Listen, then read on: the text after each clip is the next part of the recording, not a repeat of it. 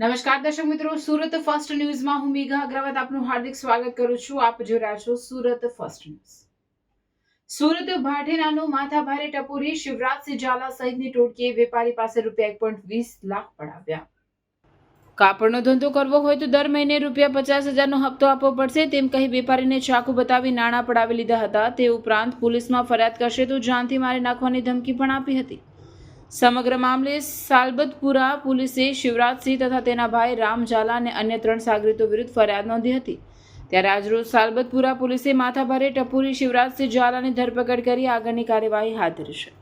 મીડિયાકર્મીને પણ શિવ ઝાલાએ ધમકી આપી. મીડિયા કવરેજ સમયે તમારા નંબર આપતા જજો કહી ગર્ભિત ધમકી આપી. નહીં સુધરે ડ્રગ્સ માફિયા શિવ ઝાલા. અગાઉ ડ્રગ્સના કેસમાં સુરત એસઓજી પોલીસે તેની ધરપકડ કરી હતી. તે સમય દરમિયાન આરોપીએ પોલીસથી બચવા માટે પોતાની ઘરની બહાર 50થી વધુ સીસીટીવી ગોઠવ્યા હતા. તેમ છતાં સુરત એસઓજી પોલીસે તેને ઝડપી પાડ્યો હતો. જેલમાં ગયા બાદ થોડા મહિનાઓ પહેલા જામીન ઉપર બહાર આવ્યો હતો.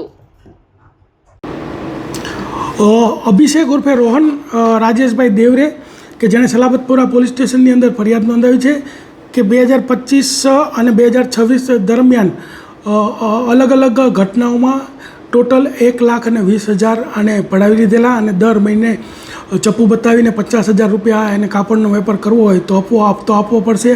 આવી એક 308(5) મુજબની એક ખંડણીની ફરિયાદ શિવા ઉર્ફે શિવો દરબાર ઝાલા વિરુદ્ધમાં નોંધાયેલ છે. આ શિવો દરબાર ઝાલાને અગાઉ પણ એસઓજીએ એમડીનો કેસ કરેલો. આ કુખ્યાત આરોપી છે અને વારે ઘડીએ રીલ બનાવી અને શેખી મારતો નજરે પડે છે, પરંતુ અત્યારે એ એસઓજીના શકંજામાં આવી ગયો છે. અને બીજું કે આ શિવા ઝાલાથી ડરવાની કોઈ પણ વ્યક્તિ જરૂર નથી. કોઈ પણ વ્યક્તિને ધમકી આપી હોય, ખંડણી માગી હોય અથવા તો મારામારી કરી હોય અને જો કોઈને ફરિયાદ હોય તો અમારો સંપર્ક કરી શકે છે અને અમે એને ચોક્કસથી સાંભળશું અને એમને ન્યાય આપશું.